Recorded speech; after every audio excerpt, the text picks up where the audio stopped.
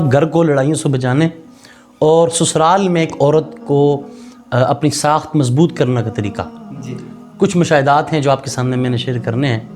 سب سے پہلا کام تو یہ ہے کہ عورت کو چاہیے کہ اپنے ہسبینڈ کی عادات کو چینج کرے۔ پہلی عادت کیا ہے کہ جب اس کا شوہر اپنی جاب سے اپنے بزنس سے واپس آئے اس کے پاس نہ آئے، بلکہ اس کی عادت ڈالے کہ وہ پہلے اپنی ماں کے پاس آئے، یعنی اس عورت کی ساس کے پاس۔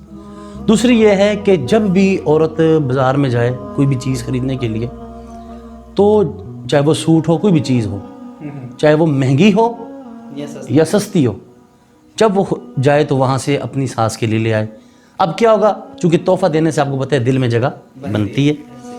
تیسری یہ ہے کہ کوئی بھی چیز چینج کرنی ہو، دو چیزیں ہوں، تو سب سے پہلے اپنی ساس کے پاس جائے، مشورہ لے۔ تو اب اس کے دل میں آٹومیٹکلی جگہ پیدا ہو جائے گی کہ یہ تو ہر کام مجھ سے پوچھے بغیر نہیں کر رہی، اجازت لیتی ہے۔ اس طرح وہ گھر کیا ہو جائے گا، مضبوط ہو جائے گا۔ وہ اس کا فائدہ یہ ہوگا کہ وہ سب کچھ آپ کے ہینڈل کر دے گی، کچن آپ کے حوالے ہو جائے گا کہ میری بیٹی تو مجھ سے پوچھ کے بتاتی ہے، پھر وہ آپ کے ساتھ بہو والا نہیں بلکہ اپنی بیٹیوں والا سلوک کیا کرے گی۔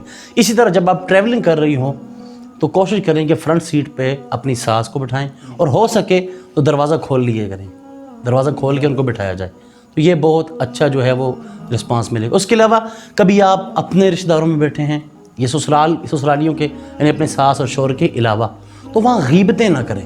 سب سے بڑا جو پوائنٹس ہوتا ہے نا گھروں میں لڑائیوں کا، جھگڑوں کا، فسادات کا، وہ کیا ہے؟ غیبت۔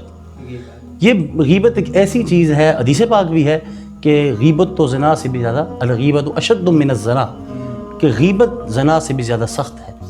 اس لیے گھروں کی جو لڑائیوں کی آج مین وجہ ہے وہ غیبتیں ہیں۔